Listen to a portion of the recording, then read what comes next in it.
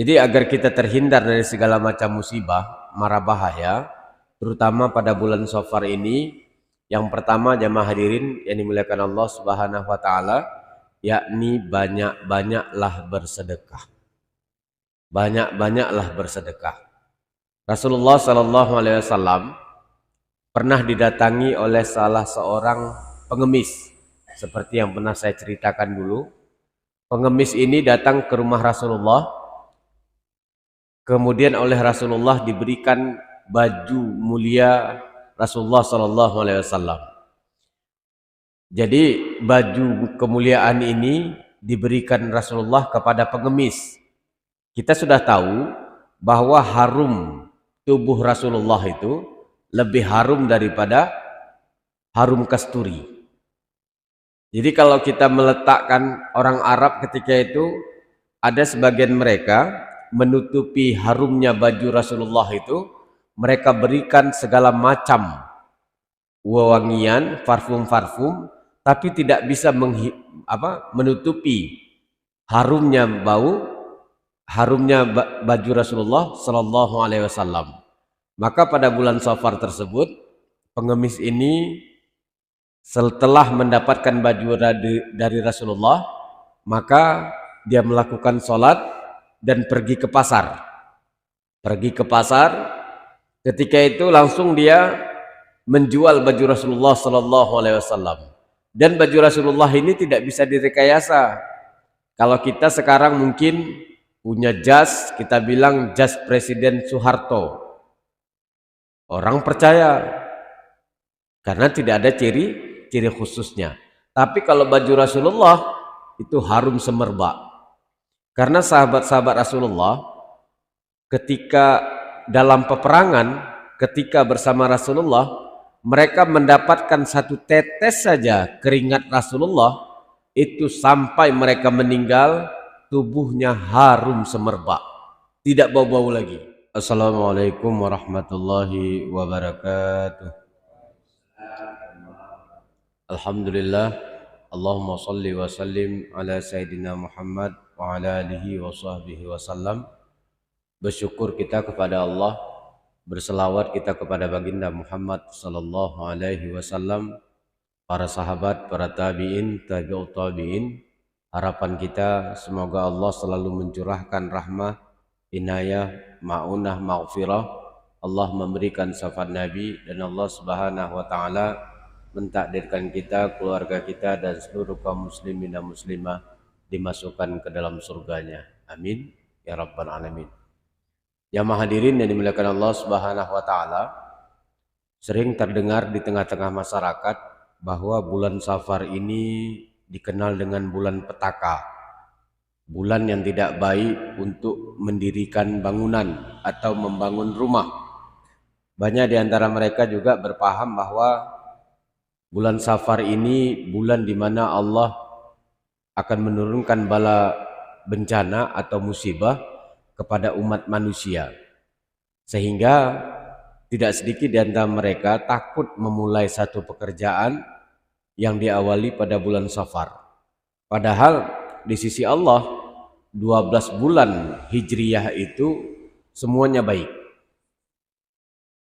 Yang penting kalau kita meninggal dalam bulan-bulan Hijriyah itu, meninggal dalam keadaan membawa iman, meninggal dalam keadaan mendapatkan syafaat Nabi di akhirat kelak, meninggal dalam keadaan tidak bermaksiat, meninggal dalam keadaan terus meningkatkan iman dan takwa kita kepada Allah Subhanahu wa taala. Maka jamaah hadirin yang dimuliakan Allah, khususnya kita di Aceh, ada dikenal dengan Rabu Akhir. Rabu Akhir bulan Hijriyah, bulan Shafar. Sehingga dari mulai saya kecil dulu, ketika pasantren di Al-Malikus Saleh, Panton Labu, kalau sudah Rabu Akhir, itu berbondong-bondong umat manusia, baik laki perempuan, mandi bersama-sama di laut. Buang sial katanya. Buang sial. Padahal yang mereka lakukan justru mendatangkan maksiat, berkumpulnya laki perempuan ikhtilat bercampur di situ, kemudian tidak menutup aurat dan hal-hal yang negatif lainnya. Bahkan kalau kita yang di suku Temyang pun di kampung-kampung saya perhatikan kalau sudah bulan Safar nanti, akhir daripada bulan Safar, mereka mendatangi kubur-kubur keramat. Mereka menyembelih hewan. Mereka melarungkan sesajen. Mereka membakar dupa berharap kepada Allah, atau bahkan di antara mereka ada yang berharap agar tidak diganggu oleh jin dan lain sebagainya. Dan itu merupakan adat istiadat yang tidak dibenarkan dalam Islam. Maka oleh sebab itu, jamaah hadirin yang dimuliakan Allah Subhanahu wa taala, kita harus bertawakal kepada Allah apapun ceritanya. Qudratullah, takdir Allah itu ada hikmahnya, ada baiknya. Kalau kita tertimpa musibah, pasti ada hikmahnya. Mungkin salah satu hikmahnya Allah mengampunkan dosa atau Allah tutup segala bentuk kemaksiatan yang pernah kita lakukan. Kendati demikian, jamaah hadirin yang dimuliakan Allah Subhanahu wa taala, para ulama mengajarkan amalan-amalan khusus pada bulan Muharram, pada bulan Safar. Karena kalau bulan Safar ini, kalau dalam miladiahnya, tahun Masehinya Februari dia, bulan kedua. Kalau bulan pertama itu Muharram, bulan kedua Safar, baru setelah itu Rabiul Awal, di mana Allah Subhanahu wa taala mengutus satu nabi yang sangat mulia untuk memberi penerang, untuk menyampaikan risalah Allah kepada kita, memberikan cahaya kebenaran, yakni baginda Muhammad sallallahu alaihi wasallam. Maka oleh sebab itu jamaah hadirin yang dimuliakan Allah, dalam kitab Ihya Ulumuddin, Imam Al-Ghazali mengajarkan kita untuk terus mendekatkan diri kita kepada Allah, baik dengan ucapan kita, dengan perbuatan kita, atau amalan-amalan kita. Kita berusaha mendekatkan diri kita kepada Allah dengan berlomba-lomba dalam kebaikan. Fastabiqul khairat. Jadi amalan yang diajarkan ulama agar terhindar dari segala macam musibah, termasuk pada bulan Safar. Kalau kita merunut dari sejarah Safar ini, ada kebiasaan orang-orang Arab kalau bulan Safar ini mereka melakukan perjalanan. Melakukan perjalanan dari musim panas ke musim dingin.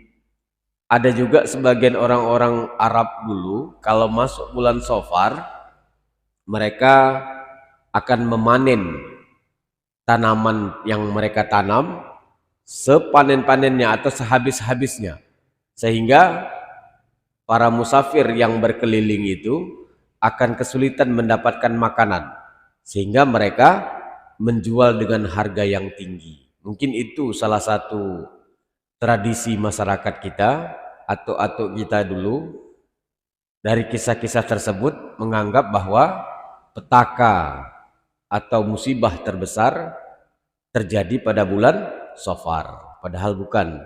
Itu kebiasaan orang-orang Arab. Jadi agar kita terhindar dari segala macam musibah, mara bahaya, terutama pada bulan Safar ini, yang pertama jamaah hadirin yang dimuliakan Allah Subhanahu wa taala, yakni banyak-banyaklah bersedekah. Banyak-banyaklah bersedekah. Rasulullah sallallahu alaihi wasallam pernah didatangi oleh salah seorang pengemis, seperti yang pernah saya ceritakan dulu. Pengemis ini datang ke rumah Rasulullah, kemudian oleh Rasulullah diberikan baju mulia Rasulullah sallallahu alaihi wasallam. Jadi baju kemuliaan ini diberikan Rasulullah kepada pengemis. Kita sudah tahu bahwa harum tubuh Rasulullah itu lebih harum daripada harum kasturi. Jadi kalau kita meletakkan orang Arab ketika itu, ada sebagian mereka menutupi harumnya baju Rasulullah itu, mereka berikan segala macam wewangian, parfum-parfum, tapi tidak bisa menutupi harumnya baju Rasulullah Sallallahu Alaihi Wasallam. Maka pada bulan Safar tersebut, pengemis ini setelah mendapatkan baju dari Rasulullah, maka dia melakukan sholat dan pergi ke pasar. Ketika itu langsung dia menjual baju Rasulullah Sallallahu Alaihi Wasallam. Dan baju Rasulullah ini tidak bisa direkayasa. Kalau kita sekarang mungkin punya jas, kita bilang jas Presiden Soeharto. Orang percaya karena tidak ada ciri khususnya. Tapi kalau baju Rasulullah itu harum semerbak. Karena sahabat-sahabat Rasulullah ketika dalam peperangan, ketika bersama Rasulullah, mereka mendapatkan satu tetes saja keringat Rasulullah, itu sampai mereka meninggal tubuhnya harum semerbak, tidak bau-bau lagi. Itu luar biasa. Ini kita beli parfum semahal apapun, bertahan 1 hari, habis mandi hilang harumnya. Jadi beda dengan Rasulullah Sallallahu Alaihi Wasallam. Ketika itu pengemis ini menjual baju Rasulullah dengan harga yang tinggi, sehingga mereka terus memperebutkan baju Rasulullah Sallallahu Alaihi Wasallam.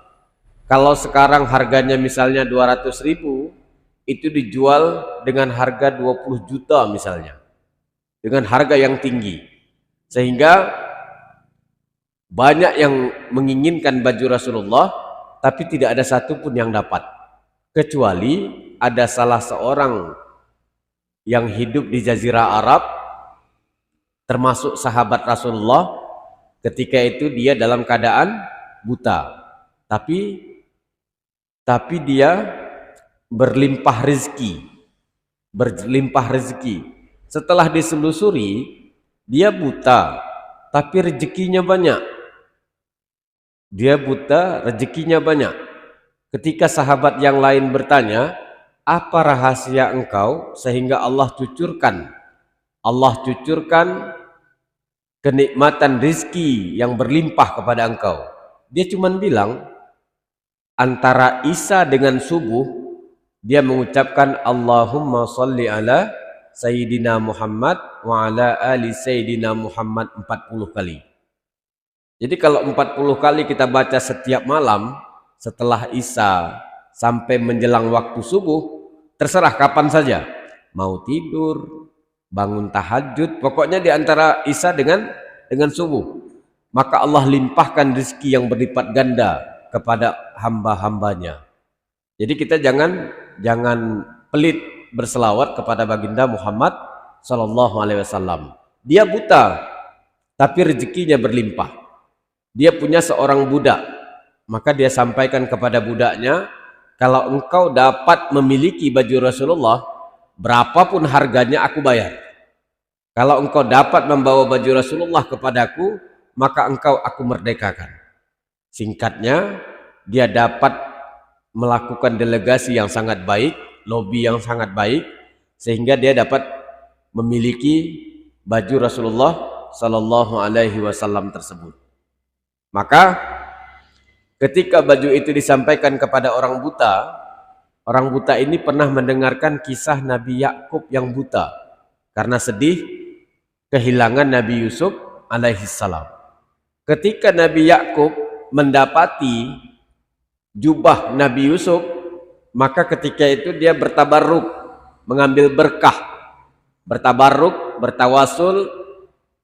Setelah mencium baju Nabi Yusuf, anaknya, ketika itu juga Allah menyembuhkan penyakit buta Nabi Yakub alaihissalam.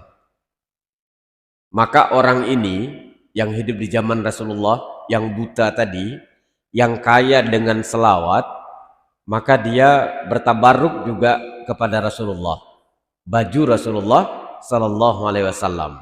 Dia mengatakan, ya Allah, engkau pernah menyembuhkan kekasih engkau Yakub, asbab baju kekasih engkau juga Yusuf. Maka pada hari ini aku bermunajat kepada engkau ya Allah, berkah kemuliaan daripada baju Rasulullah ini maka sembuhkanlah sakit butaku. Maka atas izin Allah sembuh butanya. Baju itu dikembalikan oleh pemuda tersebut kepada Rasulullah Sallallahu Alaihi Wasallam. Jadi begitu dahsyatnya sedekah. Kata Rasulullah, sedekah baju yang diberikan kepada pengemis tersebut, yang pertama dapat menjadikan orang miskin menjadi kaya, pengemis. Karena harganya yang sangat luar biasa, maka ketika itu dia langsung menjadi orang yang kaya. Dia dapat memerdekakan seorang budak. Budak orang buta tadi yang dijanjikan oleh tuannya dapat merdeka. Dan dia dapat menyembuhkan penyakit orang buta bisa melihat. Menjadikan orang buta yang bisa melihat. Dan baju ini kembali lagi kepadaku, kata Rasulullah. Jadi pada hakikatnya sedekah yang kita keluarkan itu kebaikannya untuk diri kita sendiri dan bermanfaat kepada orang lain. Maka jamaah hadirin yang dimuliakan Allah Subhanahu wa taala, banyak memang keutamaan sedekah ini, diantaranya menyelamatkan kita dari segala mara bahaya, dari menyelamatkan kita daripada segala musibah. Banyak kisah-kisah yang terjadi. Bahkan saya pribadi banyak mengalami satu keberkahan daripada bersedekah itu. Saya pernah pulang dari kota Cane ketika saya bertugas dai di sana, karena masih muda, belum menikah ketika itu. Jadi bawa mobil, kita kan tahu kalau jalan kota Cane itu kan beliuk-liuk itu, melintas Bukit Barisan, karena masih muda itu kencang sekali bawanya. Sampai saya berputar di tengah jalan tuh. Di sebelahnya jurang, sebelahnya batu tadas yang keras. Tapi saya berputar-putar mobilnya di tengah jalan itu. Karena mengelak seekor anjing. Saya nggak tahu apa saya pijak rem atau pijak nggak tahu, saya pokoknya berputar tengah-tengah itu. Dan alhamdulillah tidak terjadi insiden apapun. Dan jamaah hadirin dan dimuliakan Allah, sebelum saya pulang itu saya berdoa kepada Allah. Saya sedekah kepada masjid. Kemudian di sepanjang jalan itu ada kebiasaan tradisi orang kan minta sumbangan kan. Itu jangan kita caci orang yang minta sumbangan di masjid itu, yang di pinggir jalan itu. Itu berkah bersedekah itu bisa menyelamatkan kita dalam perjalanan.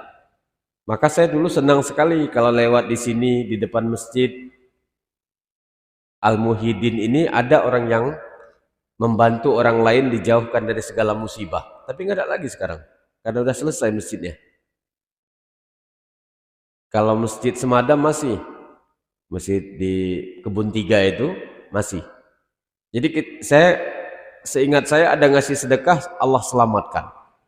Begitu juga banyak sekali peristiwa-peristiwa besar yang menyelamatkan kita, yang diselamatkan oleh Allah asbab bersedekah. Tentu pahala yang terbaik sedekah qabla tulu'il fajri, sebelum terbit fajar. Maka ada kebiasaan orang-orang umat Islam, mereka mungkin ada Ibu Iyah namanya. Ibu Iyah ini orang Sementok, dia selalu nelpon saya, Ustadz di pesantren butuh apa katanya, selalu seperti itu. Saya bilang kami biasanya kekurangan air, jadi apa yang kita harus beli tangki 5.000 itu. Ternyata ada kebiasaan ibu itu, karena dia nggak ke masjid subuh. Ketika bangun sebelum subuh, dia selalu sedekah. Dibuatnya satu tempat, sebelum masuk azan subuh, dia masukkan dalam tempat itu, ini sedekah subuhku. Nanti sebulan 2 bulan dia buka, dia cari tempat-tempat untuk bersedekah itu. Nah, jadi kalau Bapak Ibu mungkin terlambat datang ke masjid sebelum azan, nggak sempat bersedekah ke kotak infak, Kalau tak infak masjid, sedekah di rumah pun boleh. 1.000, 2.000. Nanti sebulan sekali antarkan ke masjid. Dan di antara sedekah qabla tulu'il fajri ini, sedekah yang terbaik juga adalah diniatkan wakaf.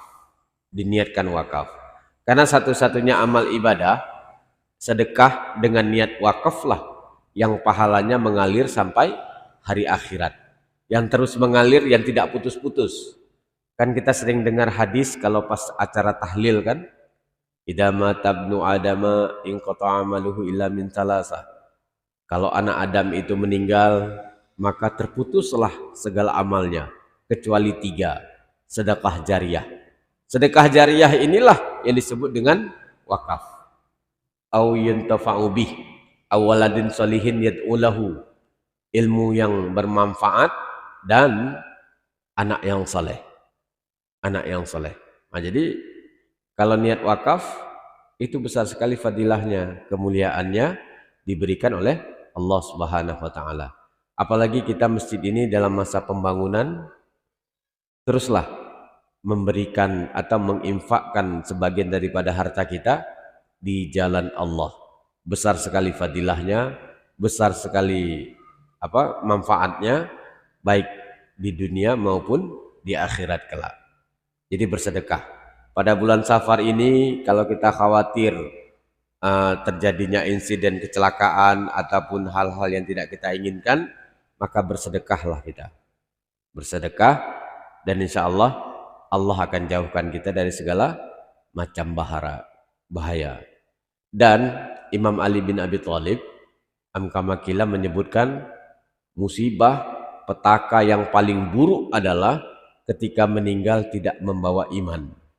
Itu petaka yang sesungguhnya. Petaka yang sesungguhnya meninggal dalam keadaan su'ul khatimah, meninggal dalam keadaan kafir, na'udzubillah. Maka teruslah berdoa kepada Allah dengan bersedekah. Kemudian yang kedua, jamaah hadirin yang dimuliakan Allah Subhanahu wa taala, banyak-banyaklah berselawat kepada baginda Muhammad sallallahu alaihi wasallam, terutama bagi kita yang mengharap syafaat daripada baginda Muhammad sallallahu alaihi wasallam. Banyak-banyaklah berselawat. Baik setelah sholat, sebelum sholat, kapan saja. Basahi terus lisan kita dengan berselawat kepada baginda Muhammad sallallahu alaihi wasallam. Apapun permasalahan kita, bermunajatlah kepada Allah melalui selawat kepada baginda Muhammad sallallahu alaihi wasallam. Seperti kisah orang buta tadi, dia nggak bisa bekerja apapun, tapi karena dia berselawat kepada baginda Muhammad sallallahu alaihi wasallam, rezekinya dilipat gandakan oleh Allah, berlimpah ruah. Maka kemarin ketika Habib Umar datang ke Indonesia, dia mengingat kurangnya perhatian pemerintah kepada masyarakatnya. Karena orang-orang luar negeri itu kaget. Gaji kita, UMR-nya rata-rata di bawah standar mereka semua. Kalau di negara-negara luar, seorang guru itu gajinya paling sedikit 35 juta. 35 juta sampai 40 juta guru. Kita terutama guru bakti, guru honor 350.000 rupiah. Itu pun masih bertengkar sama kepala sekolahnya. Itu pun masih diganggu lagi dengan SK baktinya. PNS berapalah besarnya? Ustaz Sofan berapa terakhir? Gaji untuk 4A 3 juta. Hah? Sekitar 5 juta MPA. Itu yang udah bakti mungkin udah 35 tahun ya. Udah 35 tahun mengajar. Jadi jemaah hadirin yang dimuliakan Allah, maka Habib Umar menyampaikan ketika berkunjung ke Indonesia kemarin, banyak-banyaklah kita berselawat kepada baginda Muhammad sallallahu alaihi wasallam serta usahakan usahakan dalam satu hari itu membaca la ilaha illallah al-malikul haqqul mubin. Saya baru teringat ketika saya ngaji dulu, ngaji SD, ngaji-ngaji di rumah-rumah kampung itu, di langgar-langgar, di musola-musola, itu yang sering diajarkan wirid itu. La ilaha illallah al-malikul haqqul mubin. Baru teringat kemarin dibacakan oleh Habib Umar. Ternyata luar biasa dahsyat keutamaannya. Orang yang membaca la ilaha illallah al-malikul haqqul mubin 100 kali, kemudian disempurnakan dengan Muhammad Rasulullah shadiqul wa'dul amin, maka Allah limpahkan rezeki juga. Allah tutupkan segala macam mara bahaya. Allah bantu dia ketika sakratul maut. Allah berikan ketenangan, ketentraman, dan kebahagiaan di dunia maupun di alam kubur kelak. Tidak ada kekhawatiran dia. Dan ini ternyata diamalkan oleh sahabat-sahabat Rasulullah Sallallahu Alaihi Wasallam, dan amalan ini diajarkan oleh Rasulullah Sallallahu Alaihi Wasallam. La ilaha illallah al-malikul haqqul mubin. Maka Gus Baha pernah bercerita, Sayyidina Ali ini pernah pingin tahu gimana sih hebatnya Sayyidina Umar ini, karena Sayyidina Umar kan terkenal. Rasulullah yang menyampaikan sendiri, kalau jin, iblis itu kalau berpapasan dengan Sayyidina Umar nggak berani itu. Takut berpapasan dengan Sayyidina Umar. Beda dengan kita, tidur pun dengan setan, makan dengan setan, mandi dengan setan. Kalau Sayyidina Umar nggak berani digoda oleh setan, nggak berani digoda oleh setan. Maka Sayyidina Ali ini berdoa kepada Allah, ya Allah ya Tuhanku, berikanlah aku pandangan yang mukasyafah. Pandangan pendengaran yang mukasyafah artinya pandangan pendengaran yang melampaui daripada manusia biasa. Karena Sayyidina Ali ingin tahu keadaan Sayyidina Umar di alam kubur, ingin tahu. Ternyata jamaah hadirin dan dimuliakan Allah Subhanahu wa taala, ketika Sayyidina Umar meninggal, ini makruf nih dalam hadis riwayat Imam Bukhari, riwayat Imam Muslim. Kisah ini sering diceritakan oleh ulama, ketika malaikat Munkar Nakir datang ingin bertanya kepada Sayyidina Umar, dibentak balik oleh Sayyidina Umar. Sopan sikit kau nggak kenal aku adalah sahabat Rasulullah. Dia nggak bilang aku Umar, masih bersembunyi di balik kemuliaan Rasulullah, aku sahabat Rasulullah. Maka ketika itu Sayyidina Ali tersenyum dan mengatakan, benar bahwa manusia yang paling mulia setelah Nabi dan Rasul adalah Sayyidina Umar ibn Khattab, adalah Abu Bakar As-Siddiq, kemudian Umar ibn Khattab. Dilanjutkan dalam tafsir Ibnu Katsir, Utsman ibnu Affan, Ali bin Abi Thalib. Jadi manusia yang mulia setelah Nabi dan Rasul, Abu Bakar, Umar, Utsman, Ali. Itulah kenapa ketika khutbah kedua, itu khatib selalu diajarkan untuk memulia 4 sahabat ini kan. Setelah innallaha wa malaikatahu yusalluna 'alan nabi ya ayyuhalladzina amanu sallu 'alaihi wa sallimu taslima, kita berselawat, Allahumma shalli wa sallim wa barik ala sayyidina Muhammad wa ala alihi wa sahbihi wa sallam wa ardillahuma an khulafai arba'ah Abi Bakrin wa Umar wa Utsman wa Ali. Tujuannya apa? Ternyata ketika penyebaran Islam di Indonesia, banyak orang yang mendompeng ikut mensiarkan agama para dai, tapi ternyata mereka menyebarkan ajaran Syiah. Ajaran Syiah itu, kalau dengar Sayyidina Abu Bakar, Umar, Utsman, panas telinganya ini. Karena mereka dalam sholat, ditambah rukun sholat mereka, wajib melaknat wajib mencaci Sayyidina Abu Bakar, Umar dan Utsman. Bahkan ulama mereka dengan lantang mengatakan, kalau seandainya Sayyidina Abu Bakar, Umar, Utsman masuk surga, maka lebih baik dia masuk neraka. Memang setan, bodoh Syiah itu. Bodohnya lagi siapa? Orang yang mau ikut ajaran Syiah. Di Tamiang ini ada nggak Syiah? Ada. Di BTN satelit Geraha itu ada Syiah itu, tapi gembongnya udah meninggal, udah tewas. Ini mulai anak muridnya nyebar-nyebar. Hati-hati. Syiah mereka bersembunyi di balik NU.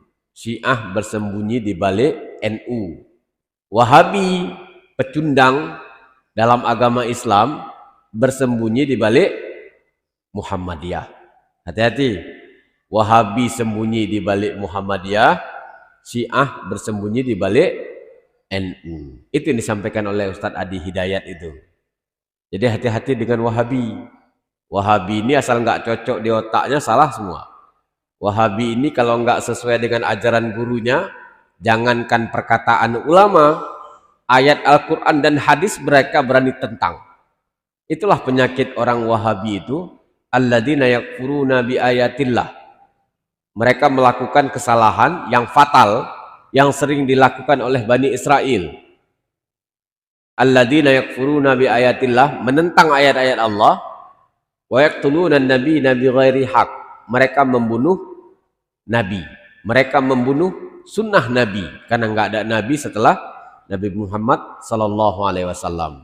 Maka jemaah hadirin yang dimuliakan Allah, setelah bersedekah banyak-banyaklah berselawat.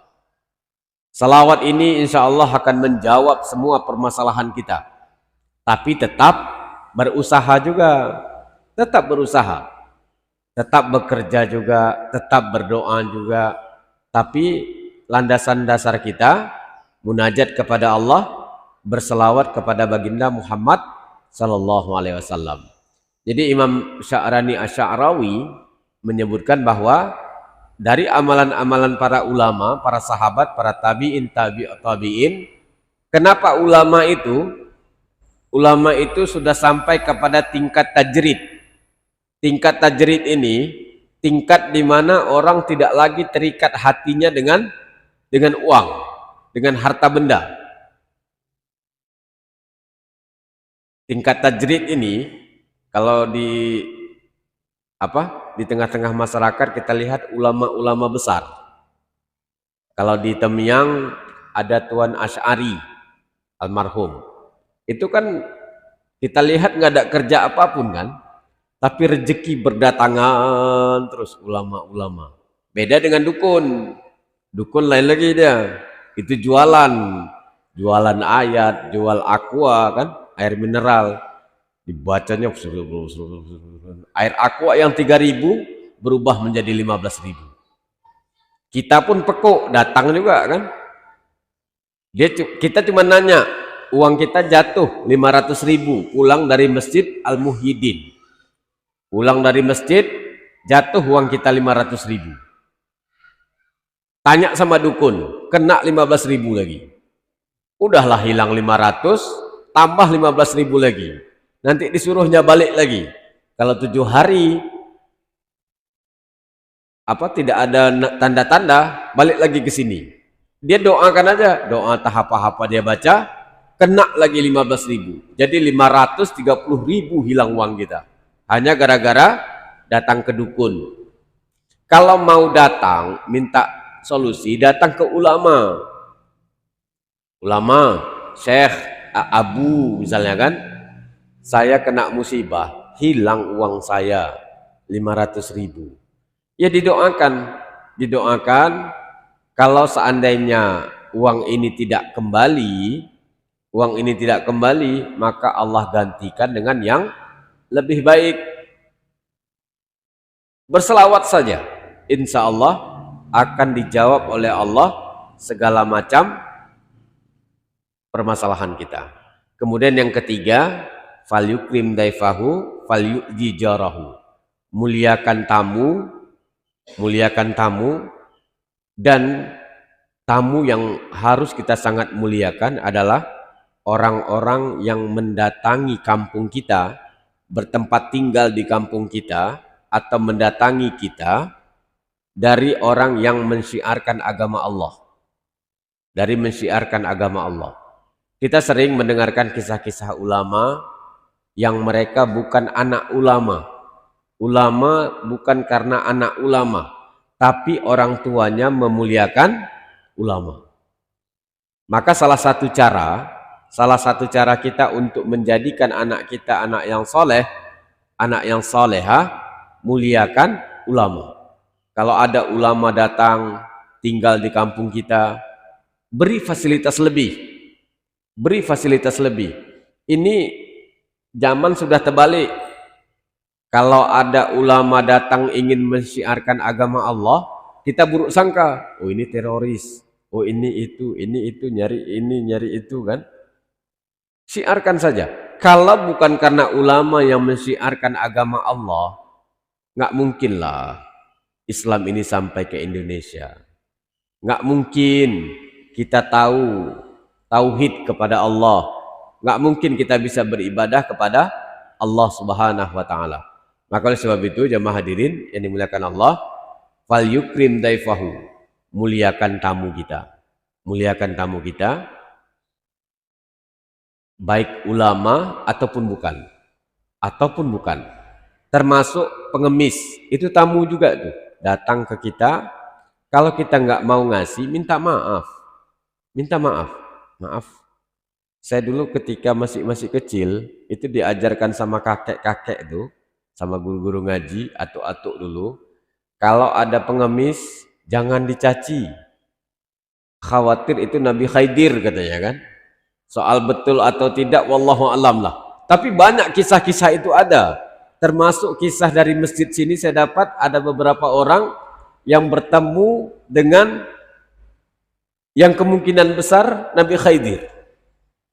Tapi kebenarannya wallahu a'lam. Walaupun ciri-cirinya yang kita sampaikan tidak punya tulang tangan. Makanya saya kalau udah pakai surban, isi maulid, isi Isra Mi'raj di kampung-kampung, itu hampir pecah ini, kita dipicit orang-orang tuh asal salaman, kita dipicit ya kan. Sangkanya Nabi Khidir, karena Nabi Khidir ini kan bisa berubah-ubah katanya. Jadi makanya salam agak ditekan tuh. Tapi bagus juga bisa menghilangkan penyakit mata ini. Kalau di sini kan, biar aja salam picit, nggak apa-apa. Jadi jemaah hadirin dan dimuliakan Allah Subhanahu Wa Taala, siapapun yang datang ke rumah kita itu membawa rahmat dan menghilangkan petaka. Pernah Rasulullah didatangi oleh sahabat. Ya Rasulullah, istriku agak aneh sedikit nih gitu. Setiap ada sahabatku yang datang ngerepet aja kerjanya. Ngerepet aja kerjanya. Memang kalau perempuan nggak ngerepet nggak normal tuh. Biasa tuh.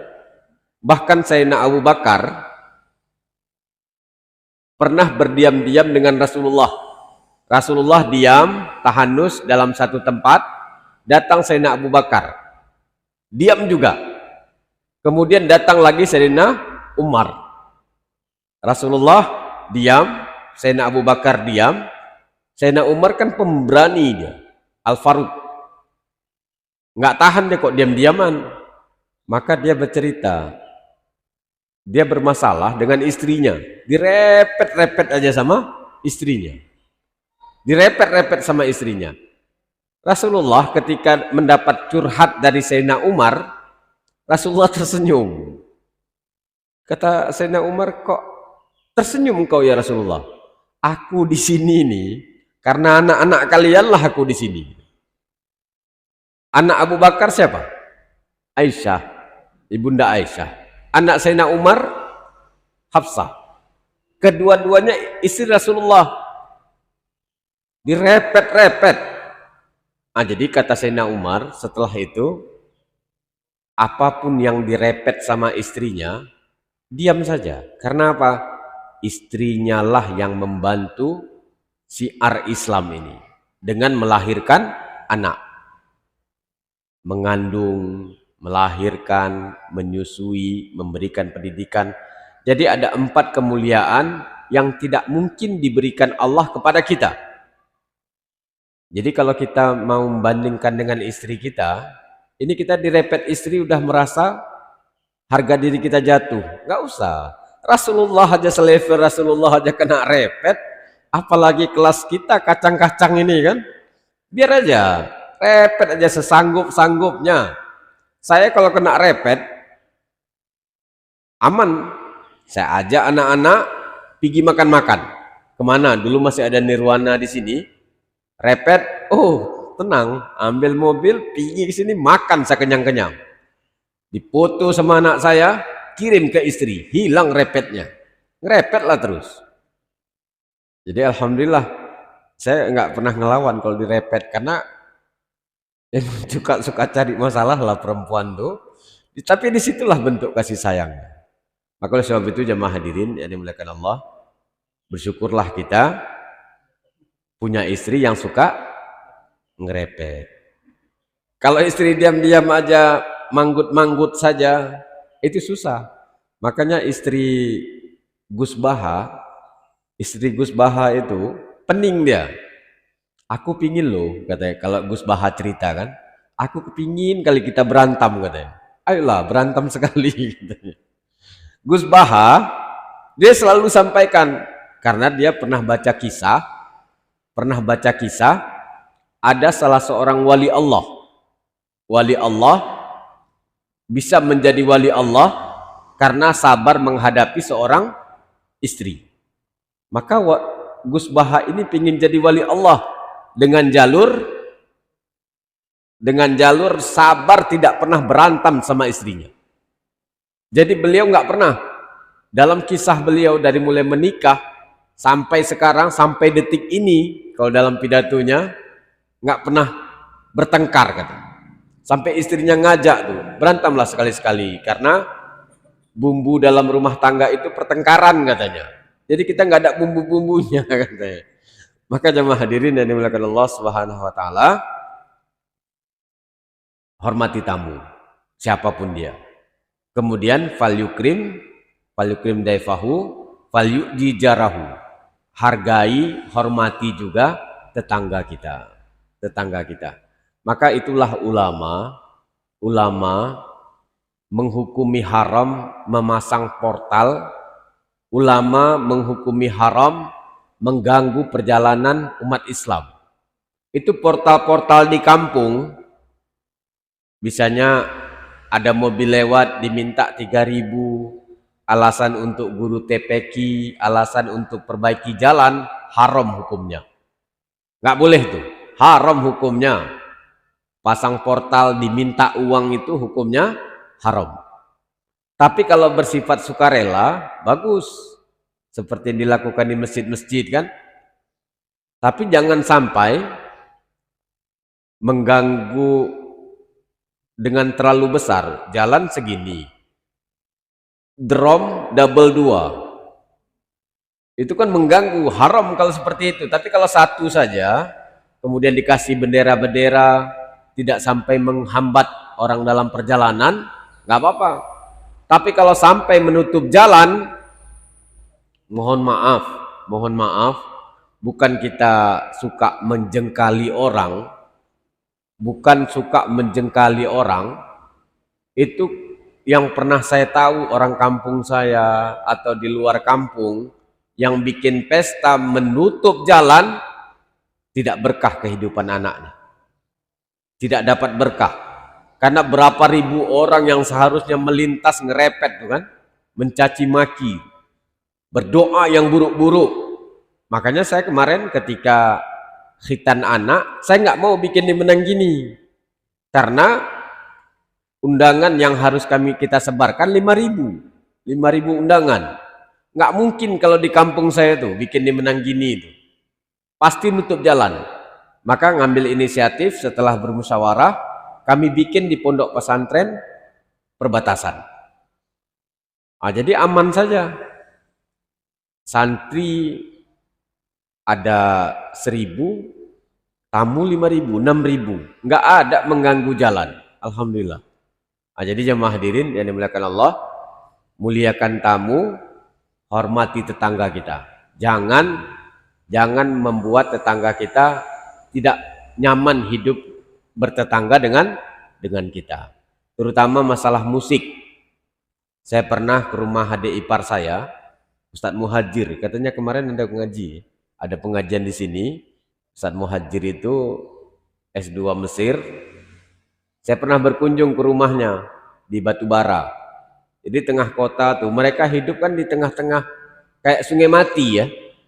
Sungai mati, bikin rumah di atas itu ditimbun. Asli nggak bisa tidur kita. Di sebelahnya lagu India, di depannya lagu dangdut, di sini habis kita. Seru kali kehidupannya. Tak ada matinya 24 jam. Musik, ngaji, selawatan, dangdut, India, bertabur itu.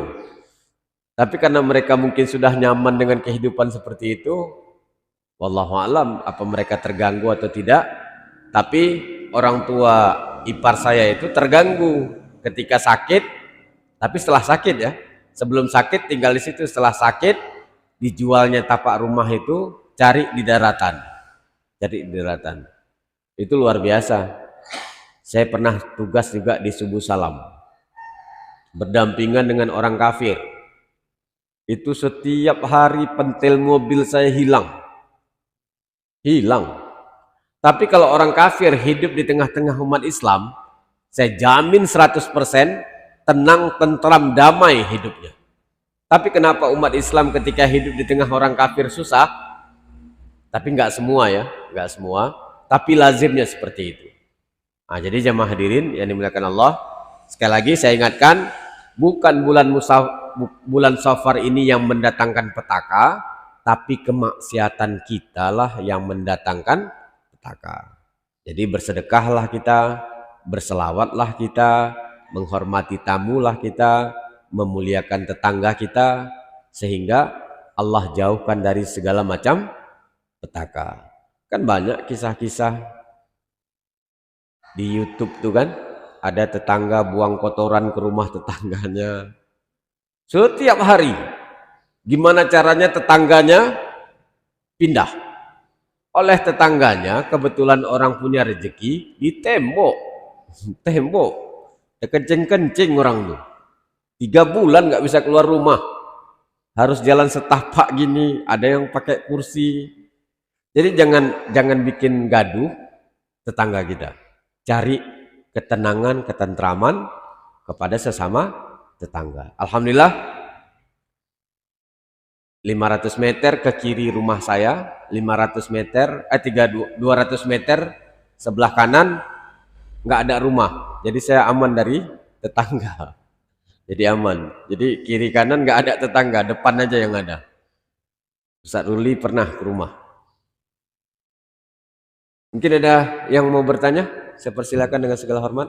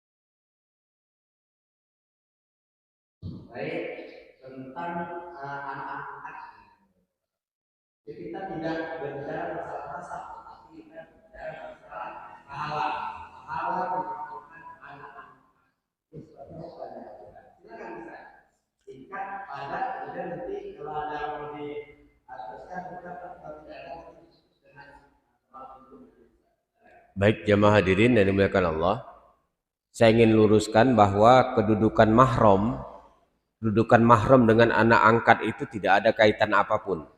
Jadi kalau mau mengangkat anak, usahakan ponaan. Kalau kita mengangkat anak wanita,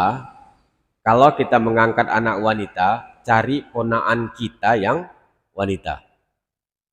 Kalau kita mengangkat yang laki, cari ponaan dari pihak wanita. Dan anak angkat itu tidak ada ikatan mahram kalau bukan karena mahram itu sendiri. Jadi hati-hati itu anak angkat. Jadi masalah fadilah keutamaan mengangkat anak itu sama seperti kita bersedekah kepada haulail mustama, kepada umat Islam, sama. Kalau ternyata ada kita mengangkat anak orang lain yang nggak ada ikatan sama kita, kalau kita berikan pendidikannya, kita berikan nama yang bagus, ataupun kita sekolahkan dengan sekolah agama, kita kasih makan dan lain sebagainya, tetap mendapatkan pahala keberkahan. Nanti kalau kita meninggal, dia doakan kita, tetap dapat pahala, tetap mengalir pahalanya. Disitulah, maaf sekali lagi, disitulah kebodohan Wahabi. Ketika awaladin solihin yad'ulahu, mereka beranggapan pahala yang terus mengalir itu sedekah jariyah, ilmu yang bermanfaat, anak soleh yang mendoakan dia. Jadi anak angkat nggak dapat katanya. Jadi kalau kita nggak punya anak, putuslah harapan kita. Di situ kebodohan mereka. Padahal kalau seandainya kita runut tentang keadilan Allah, Allah itu maha adil. Kalau kita beranggapan bahwa anak angkat atau umat Islam mendoakan kita nggak ada fadilahnya di alam kubur kelak, berarti sedih sekali lah orang yang meninggal sebelum menikah. Sedihlah orang yang meninggal nggak punya keturunan, atau mandul tadi bahasa ibu ya, tidak punya keturunan. Sedih. Ada di kampung saya, kampung Menanggini, dulu masa-masa kami kecil, kuat santet mistisnya kuat itu, mistis kuat. Ada salah seorang soleh sekali bapak itu, ketika istrinya hamil 8 bulan, hilang dalam perut tuh, hilang. Kalau orang tuh bilang makan dimakan inilah, makan itu, tapi dia tidak takut, dia ambil hikmah saja, sehingga dia tidak punya tidak punya anak satu orang pun. Jadi sebelum meninggal dia bagikan harta warisan untuk istrinya, setengah ya, karena nggak punya anak, dikasihnya bagian istrinya. Baru kemudian semua harta dia diwakafkan untuk pesantren almarhum orang tua saya. Pohon duku, rambung, karet kan, sawit, dia infakkan, dia sedekahkan semua, dia wakafkan. Kebun duku itu hampir 1 hektar diwakafkannya. Kalau tanah-tanah lain dia nggak mikir, semua diwakafkan. Disitulah orang tua saya merasa malu. Orang saja mewakafkan hartanya untuk pesantren. Maka almarhum, dikumpulnya saya, adik saya ketika itu Muhsin sama Husna di Mesir, kemudian ada adik saya yang di Australia itu, kemudian yang di di Samalanga, ada yang kami di Madura, disuruh pulang semua sama almarhum orang tua saya. Dia bilang, aku malu sama Allah, aku malu sama almarhum Haji Sulaiman namanya kan, yang mewakafkan tanah. Maka dia bilang, semua harta kekayaan aku tidak ada pembagian warisan. Tidak ada pembagian warisan dalam keluarga kita. Semuanya kuwakafkan untuk pesantren. Kalian sudah kusekolahkan. Pandai-pandai kalianlah berdoa, berusaha atas nama Allah. Terserah. Maka kami alhamdulillah tidak ada pembagian warisan. Jadi pergesekan harta itu kecil kan? Karena harta itu kan berhantu. Berhantu harta itu. Maka beruntunglah saya sangat bersyukur kepada Allah karena tidak ada pembagian warisan kami. Jadi semua harta orang tua itu wakaf semua untuk pesantren. Siapa yang tinggal di pesantren, siapa yang membina pesantren, silakan makan. Ada kebun duku, sawit, ini semuanya kan. Jadi kalau yang tidak ada kaitan sama pesantren nggak boleh menikmatinya. Tidak ada jual-jual harta karena wakaf. Wakaf itu kan nggak boleh dijual. Jadi Ibu, kalau kita punya keluarga yang mandul, yang tidak punya anak, nggak usah sedih. Sama kehidupan kita dengan orang lain. Yang penting sedekah, wakaf tadi, karena wakaf itu mengalir sampai akhirat. Atau kalau kita mengangkat anak, kasihlah pendidikan agama. Nggak ada ruginya kita.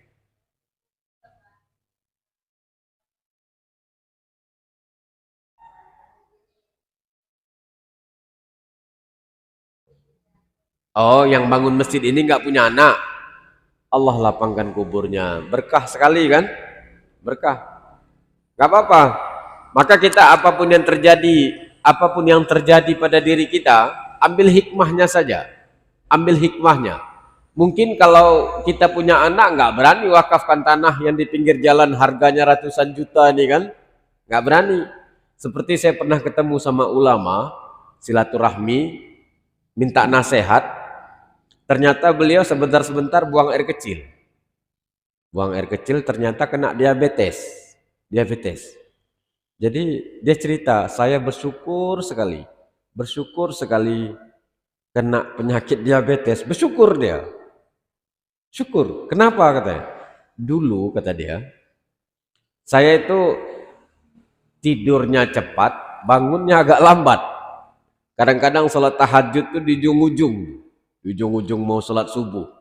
Tapi setelah kena diabetes, jam 2, jam 3 pasti bangun. Kalau enggak, kencing di tempat tidur. Jadi bersyukur dia kena penyakit. Itulah ulama. Bisa mengambil hikmah dari semua yang Allah berikan kepada dia. Jadi kita jangan mengeluh. Jangan mengeluh. Mungkin berkah orang itu enggak punya anak sehingga mewakafkan tanah di masjid ini. Ini kan luar biasa. Luar biasa. Tapi jangan nunggu nggak punya anak baru wakaf. Peka kali kita.